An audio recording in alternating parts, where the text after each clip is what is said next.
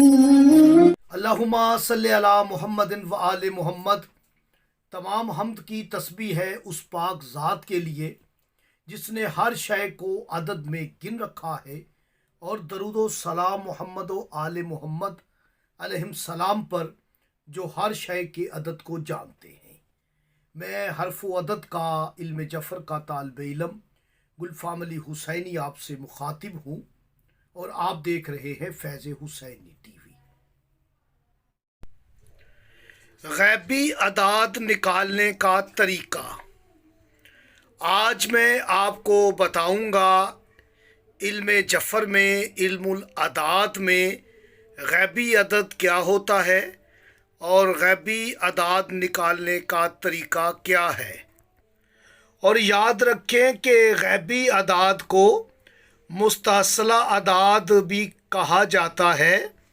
मुस्तासला अदाद निकालने का तरीका, इस अदद से तबई खसूसियात को मालूम किया जा सकता है और फितरत का सही तज्जिया किया जा सकता है। तरीका ये है कि पहले अदद को दूसरे अदद में जमा करके मुफरद बनाते चले जाएं, और आखिर में मुफरद अदद बन जाता है। यही अदद मुस्तासला या गैबी अदद कहलाता है।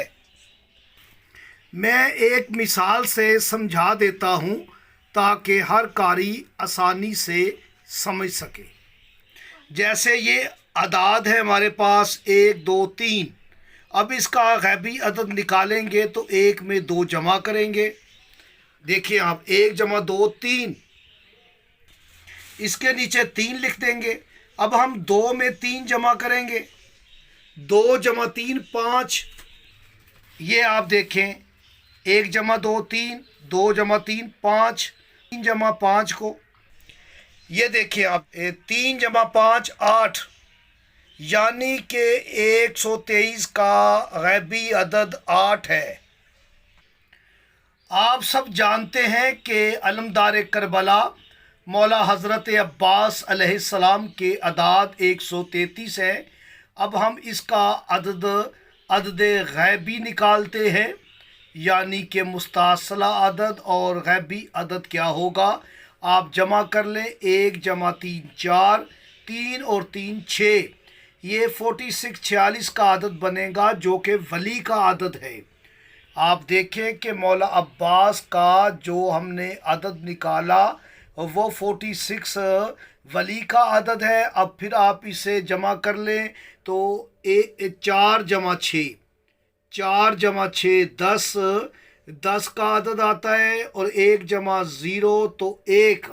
मौला अब्बास अलैहिस्सलाम का जो गैबी अदद है वो 1 है।